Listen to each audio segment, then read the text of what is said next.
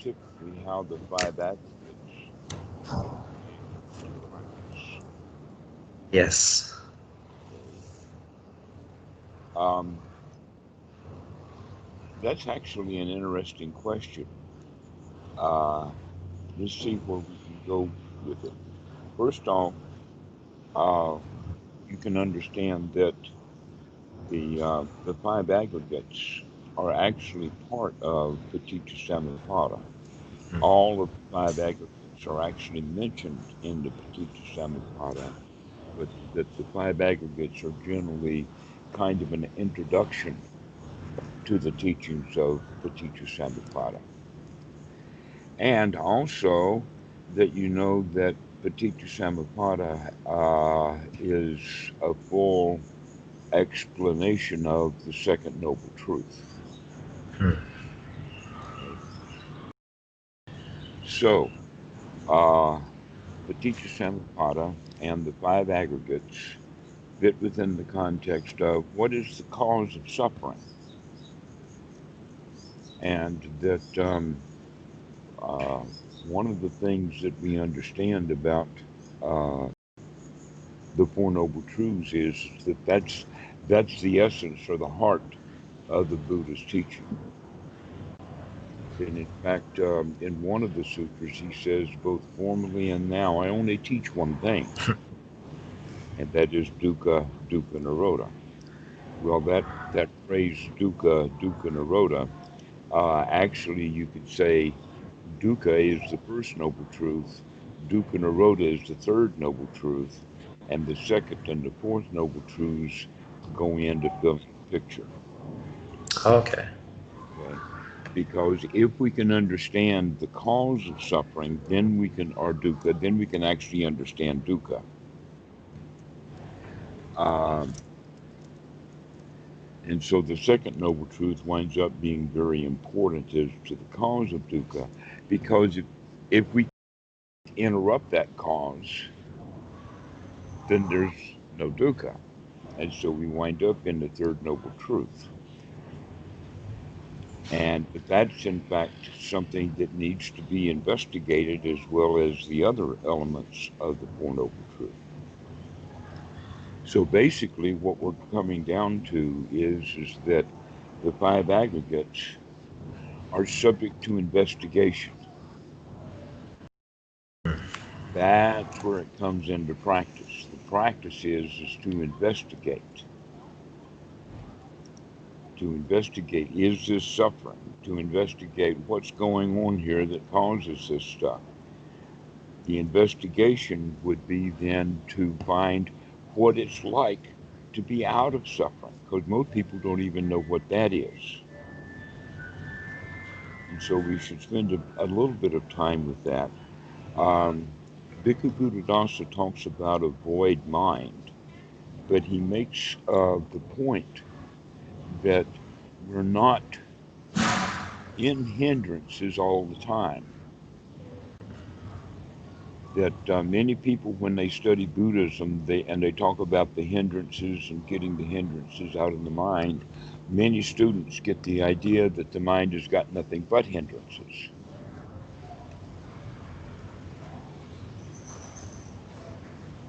But that's not true. It wasn't true when we were little kids, and it's not true today. When we were little kids, many little kids, 3, 4 year olds, they're delighted most of the time. Like to play with their toys and draw pictures on the wall and enjoy doing things. It's only when the adults come by and disapprove and bring their own grown-up bad feelings into the situation that the kids wind up starting the habits of feeling bad. And so when we're really young kids, we can say that maybe 70 to 80% of the time the child is spent in joy, and less than half of the time they're spent in misery, unhappy, throwing tantrums, pouting, telling lies, that kind of stuff. But it's really easy to see how the child gets flipped by an adult. Imagine that little Johnny is taking his crayons full set of crayons, all colors, and he draws a little picture on the wall. And then he draws some more picture, and it winds up being a piece of art. And then mom comes in. What's mom going to say about him drawing on the wall? Well, she's going to freak out. And she's going to have all of her bad feelings. And what he remembers as a childhood about the art is some bad feelings. Mom could, in fact, understand that, yeah, it's not right for him to be drawing on this wall, and someday we're going to have to paint it. We don't have to paint it right now. We don't have to get angry right now. We can come in and say to little Johnny, my, what a beautiful piece of art you've done there. Maybe we could get him a paint set. He could be a Picasso or a Rembrandt.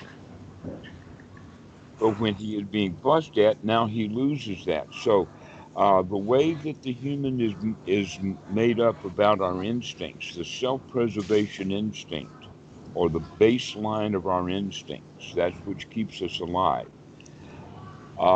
is motivated by fear. And so what happens is that people get into the habit of bad feelings and fear and whatnot because he became afraid when mom was angry with him when he was drawing on the wall.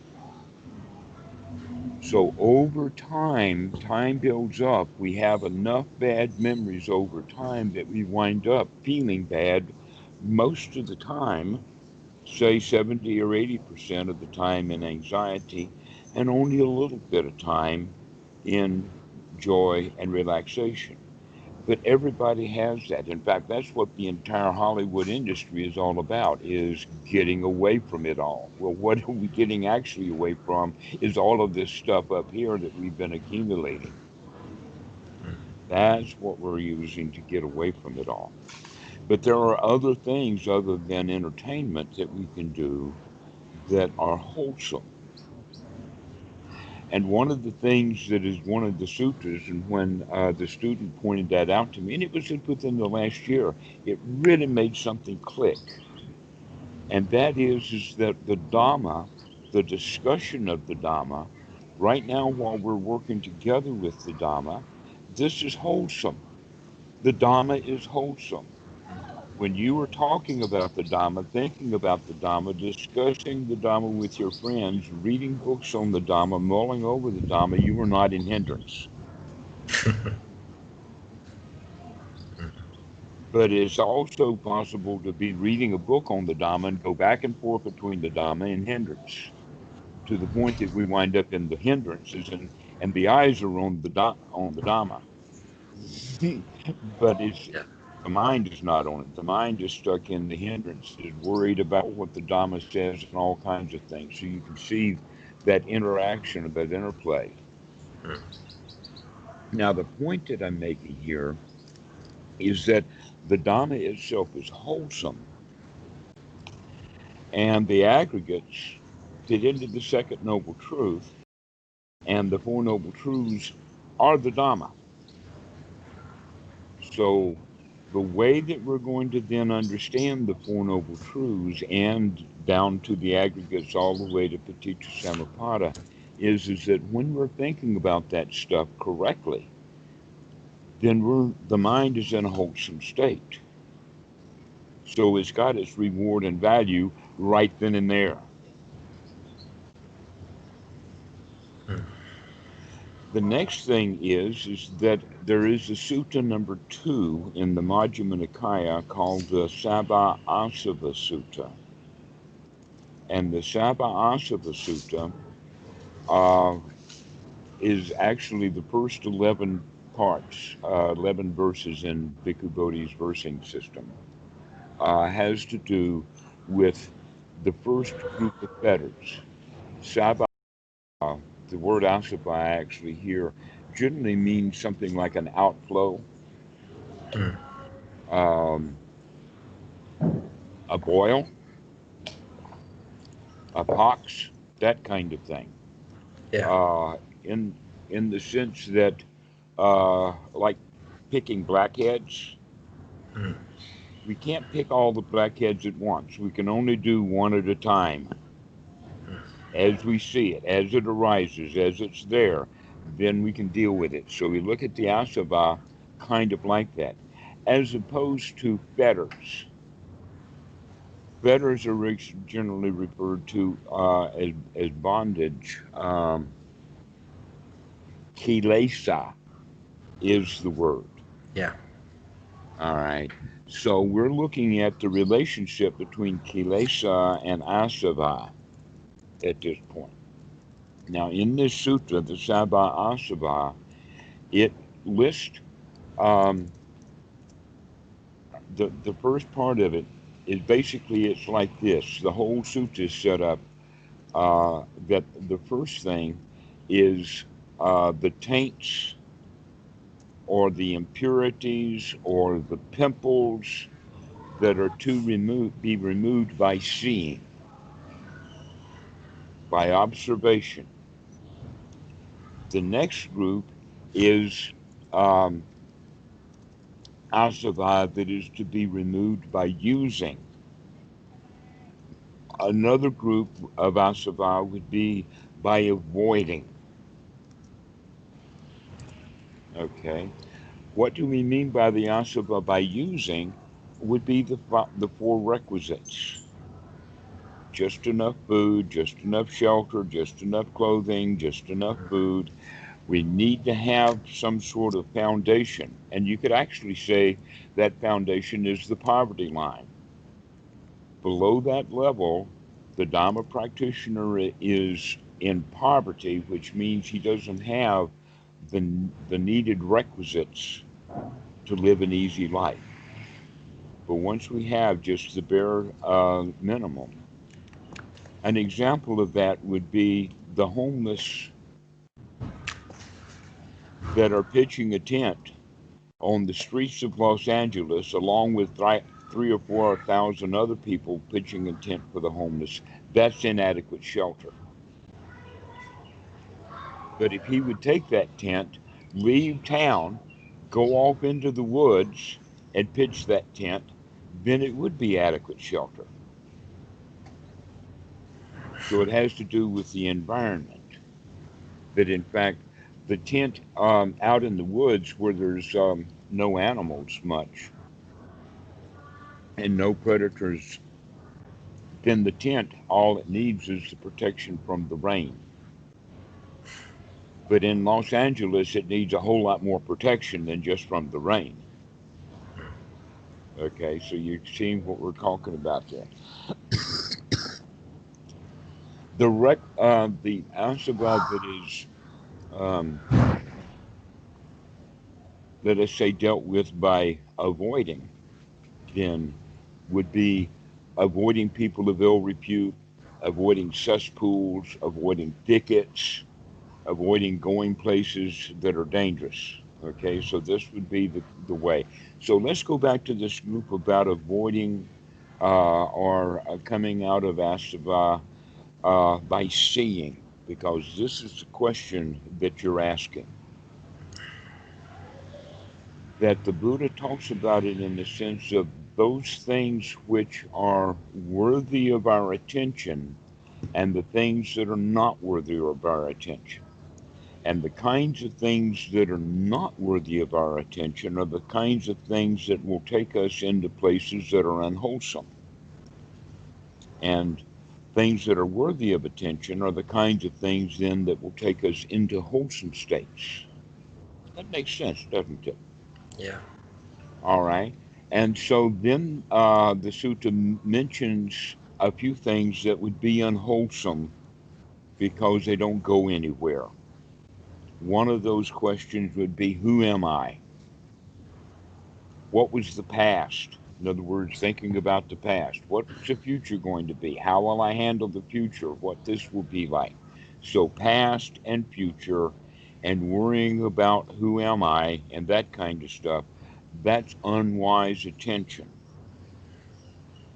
In other words, these are hindrances. And yet that's what the mind is kind of paying attention to. And many times we're paying attention to those things not very strongly, kind of unwisely, as well as uh, not very well. In other words, we're not really paying attention to what the mind is doing. So then wise attention is then paying close attention to really what's going on in the here now. So the Buddha expresses it this way, that, and the sutras are very interesting in the way that they express it is that when one is paying wise attention, then we can pay it in the sense of this, what's happening right now, this is suffering. This is the cause of suffering. This is what we're doing right now. This is what it's like to be free from suffering. And this is what it is, the path that leads to the end of suffering. Or a better word to use is method, because the word path has that idea of a destination and like a highway or a parkway or a path or something like that. So it's better to look at it as a sense of a method, because a method we can do right here. We don't have to go anywhere. This is one's wise attention, which means that we investigate the Four Noble Truths and investigate especially this Eightfold Noble Path in the sense of this is sati, this is right effort, this is right view. What is right view? This investigation that I'm doing. This is right attitude. What is my right attitude? The attitude, I can do this. I don't have to have the mind stuck in hindrances. I can come to this present moment. So digging down a little bit, we find that when we talk about what is the second noble truth, this is the cause of the second noble truth. Um, there's an interesting way to say it, and I imagine that many Buddhists who really understand the Dhamma would agree that basically dukkha is selfishness, that we become selfish. We want to cling to something that belongs to us, when in fact, if we would give it to someone else, we would both be happier. Okay? An example of that is a motorcycle that's not being used. It's laying in the basement of the house, getting dirty. The owner comes down and he looks at that motorcycle and he remembers it longingly and he says, I want to go for a ride. But it won't start. It hasn't been taken care of. So now he's got to go work on it and take care of it and get it ready to ride. And then he takes it out after some expense. And he rides it one time and he puts it back into the place where it was. Letting it get all dirty and not working anymore. Okay. And then his nephew comes by. He says, Uncle, I really want that bike. Let me have that motorbike. Time for this issue of selfishness, right? Is the uncle going to be selfish and say, no, that's my bike and you can't have it, and yet look at all the suffering he's got going on with that bike? But if he would give the bike to his nephew, the nephew would enjoy the bike, he'd get it all fixed up, he'd ride all over the place, enjoying his life and being grateful to his uncle. While the uncle is free from that thing, he doesn't have to worry about it anymore. It's gone.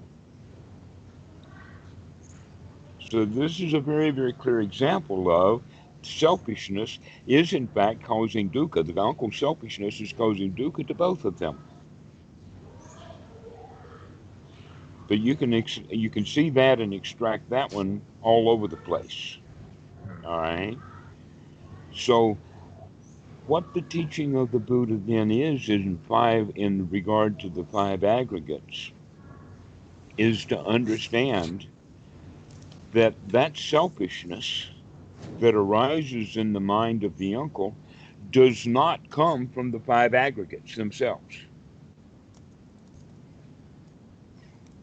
There is no self in the aggregates. Okay, so let's list them all quickly.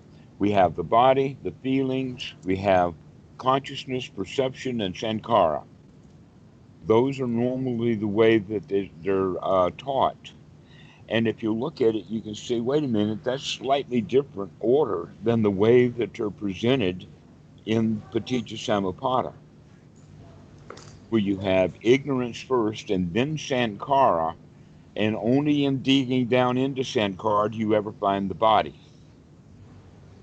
Then you have consciousness and perception, but perception there is referred to as namarupa. Yeah. Yeah. Okay, so namarupa and perception are the same thing. So now that we've got them listed, let's look at each one of them in turn. The first one to look at, the one that's easiest to understand, and yet the one that causes so much confusion in our society, is that I am not the body. You are not that body. Whoever you are or whatever you are, you're not that body. Why? Because you really can't control it. Yeah, you can take it to the gym, you can feed it and starve it and do that kind of stuff, but those are all kind of mechanical things. If you really owned it and it was really your body, then you can have your nose 6 feet long if you wanted to. You could be an old man today and a young man tomorrow and a beautiful girl the next day. You can be whatever you wanted to be if that body was truly yours. Okay. You could almost think of it as rental property rather than owned property. Mm. Okay. That you really don't own it. The reality is, even land, ownership of land is just a mental construct. No one actually can own land. Mm. That land was there before you were born, and it's going to be there after you're dead. And you can piddle and play with that land all you want to while you're alive. Build a Trump Tower if you want to. When you're dead, it don't belong to you. And so it never really did. And not only that, but that Trump Tower over time, if nobody else comes in and claims and owns it, nature will claim it and own it. Mm. Okay, so all of our ownership is really temporary. It's a temporary construction that things don't belong to us permanently. That when you were a kid, you wanted to be older. Older people want to be younger. They want their body to be changed and managed, and we can't. But look at all we do in failed attempts to do that. You could go so far as to say that business is really based upon that. The clothing industry.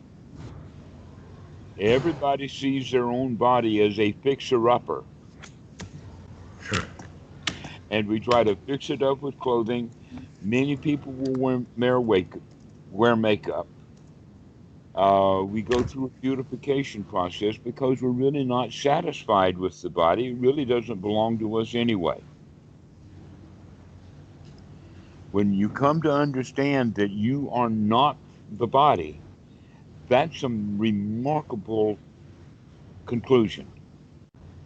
Very few people understand that they are, in fact, not the body. Most people think they are. That, in fact, the cosmetic industry is founded upon the delusion. Yeah. Sorry, Dhammarato, but I have to go very, very shortly. Oh, you got to go, huh? Yeah. We were just getting started. Okay, Yeah, I know. let's take another minute or two and finish off that all five aggregates Okay. are not you. You are Yeah. not the feelings. People will say, I am angry, but they are not angry. But anger is there, Mm. but they are not the anger.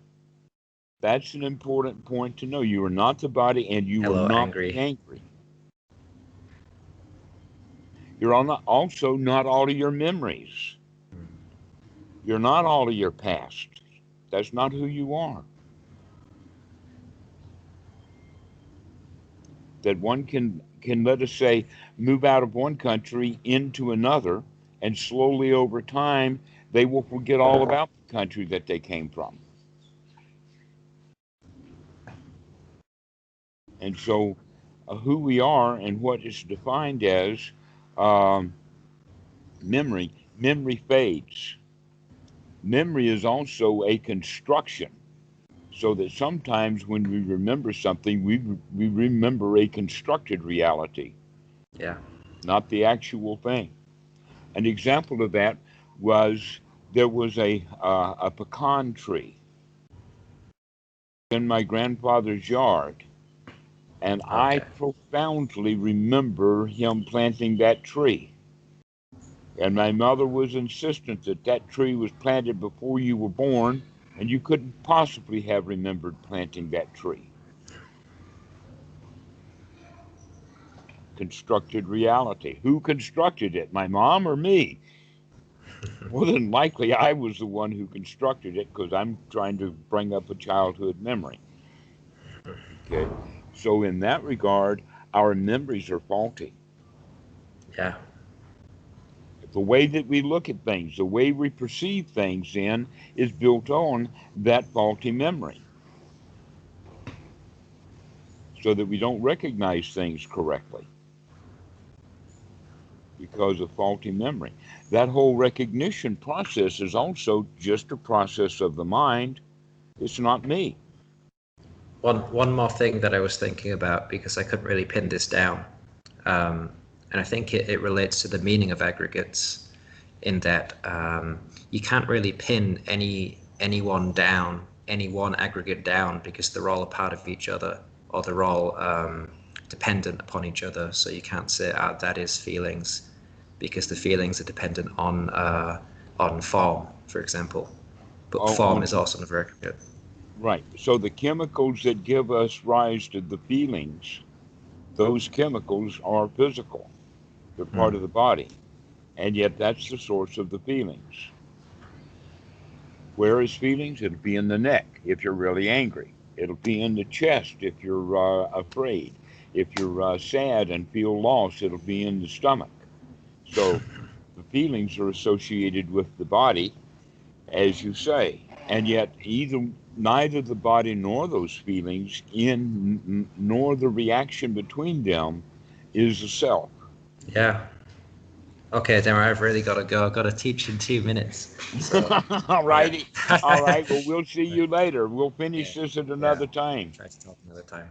Bye bye, Dhammarato. Have a nice day.